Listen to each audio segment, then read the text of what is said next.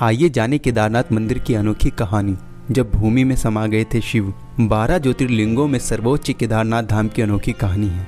कहते हैं केदारेश्वर ज्योतिर्लिंग के प्राचीन मंदिर का निर्माण पांडवों ने करवाया था। पुराणों के अनुसार केदार महिष अर्थात भैंसे का पिछला अंग है। यहाँ भगवान शिव भूमि में समा गए थे। आइए जानते हैं इस मंदिर के बारे में। स्कंद पुराण में भगवान शंकर माता पार्वती से कहते हैं, हे प्राणेश्वरी, यह क्षेत्र उतना ही प्राचीन है जितना कि मैं हूँ। मैंने इसी स्थान पर सृष्टि की रचना की है। ब्रह्मा के रूप में ब्रह्मवृत्त को प्राप्त किया है।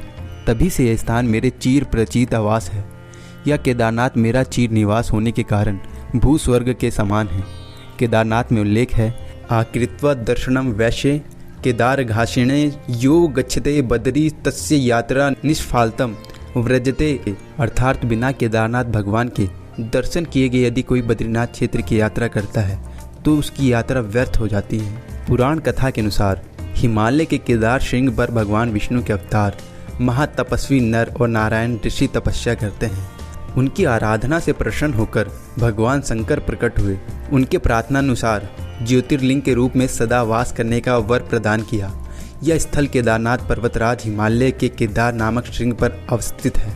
महाभारत के युद्ध में विजयी होने पर पांडव भृतहित्री के पाप से मुक्ति पाना चाहते थे। इसके लिए वे भगवान शंकर का आशीर्वाद पाना चाहते थे, लेकिन वे इन लोगों से रुष्ट थे। इसलिए भगवान शंकर अर्थ ध्यान होकर केदार में जा बसे।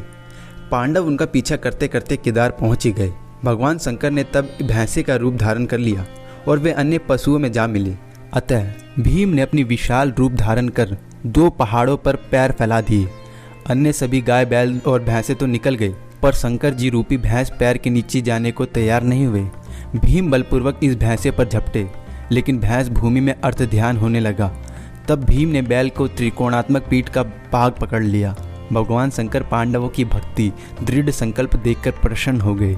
उन्होंने तत्काल दर्शन देकर पांडवों को पाप मुक्त कर दिया। उसी समय से भगवान शंकर भैंस की पीठ की आकृति पिंड के रूप से श्री केदारनाथ में पूजे जाते हैं। दीपावली महापर्व के दूसरे दिन के दिन शीत ऋतु में मंदिर के द्वार बंद कर दिए जाते हैं।